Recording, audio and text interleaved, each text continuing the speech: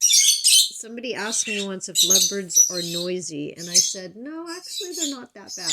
Well, I may have to edit my answer, because they're being crazy tonight, pretty much, except for this one. This one right here. You're smart. You're just being all calm and cuddled and snuggly. And then we have these two little monsters up there, moving my ceiling fan around. Listen to them. And then they're calling to their buddies in the other room, so that, yes, they're making a lot of noise. You guys, that's enough. Yeah, crazy. It's definitely a crazy lovebird loft right now.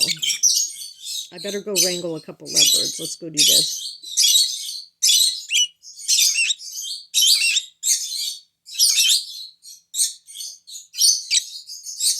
You calling to your buddies? Let's go get them, Gigi, shall we?